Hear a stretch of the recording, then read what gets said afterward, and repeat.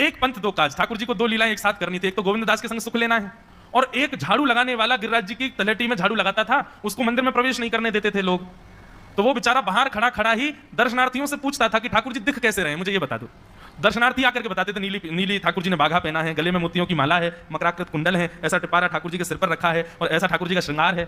तो वो बाहर खड़ा खड़ा नेत्र बंद करके सुन करके ही अपने चित्त में एक झांकी बना लेता था, और मन में सोचता था ऐसे दिख रहे होंगे ठाकुर जी। पर रोज प्रार्थना करता था, नाथ मुझे लगता है इस जन्म में तो आप मुझे कभी नहीं दिखोगे, भगवान इस जन्म में तो मैं आपके योग्य नहीं हूं, पर मेरे पर बस इतनी कृपा कर दो कि अगला जन्म मुझे दीजिएगा तो कुछ नहीं तो चेटी बना देना, तो चेटी बन करके मैं आपके 56 भोग में आ जाऊंगा, भीतर आके आपका दर्शन कर लूंगा, लेकिन मुझ पर अनुग्रह कर देना। ठाकुर जी उसके इस भाव से इतने रीझ गए, गोविंद दास को बोला था कि दाल बाटी खाने आएंगे, और मंदिर बंद करके सब तो चले गए वहां से, सब लोग भोजनालय में भोजन प्रसाद पाने लगे। ठाकुर जी मंदिर से निकले अचक करके बाहर, गिरिराज पर्वत के ऊपर विराजते थे।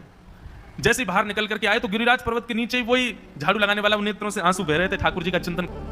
ठाकुर जी नीचे उतर करके जाने लगे, इतने में ठाकुर जी ने लीला करी और जोर जोर से ठाकुर जी चिल्लाने लगे, अरे जल्दी ते आइयो, देखियो मेरे पाम में कांटो लग गयो, अरे जल्दी ते कोई आओ या कांटे को निकालो, मुझको तो बहुत दर्द है, अरे भैया जल्दी आओ जल्दी आओ। अब ये स्वर जैसे ही सुना उस झाड़ू लगाने वाले ने, उसके नेत्र खुल गए, उसने देखा, बोले कि ये स्वर कहां से आ रहा है। उसने जैसे ही नेत्र उठा करके ऊपर देखा तो नीला बाघा पहना है, मोतियों की माला पहनी है, मकराकृत कुंडल पहना है, चांदी का मुकुट चमक रहा है मस्तिष्क पर, ठाकुर जी के केश घुंघराले लहरा रहे हैं, और ठाकुर जी अपना एक पाम हाथ में पकड़ करके और एक पैर पर लंगड़ी जैसे खेलते हैं ऐसे ठाकुर जी कूद रहे हैं यहाँ से वहां। नीचे से झाड़ू लगाने वाले लगे, अरे ऐसा पुरुष तो मैंने जीवन में कभी नहीं देखा, ये कैसा पुरुष है।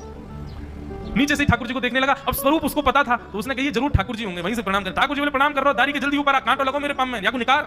बोलने लगा, बोले मैं ऊपर नहीं आ सकता, गुसाई जी मारेंगे, सब लोग डांटेंगे मुझे। अरे नहीं गुसाई जी ऐसे कुछ ना कहें, ये सब तो बाहर के लोगों ने नियम बना दिया, मैं तो सबसे मिलूं, तू आजा जल्दी ऊपर। जैसे ही ऊपर गया, ज्यों ज्यों ठाकुर जी के समीप जाए त्यों त्यों उसके नेत्र सजल होते जाएं।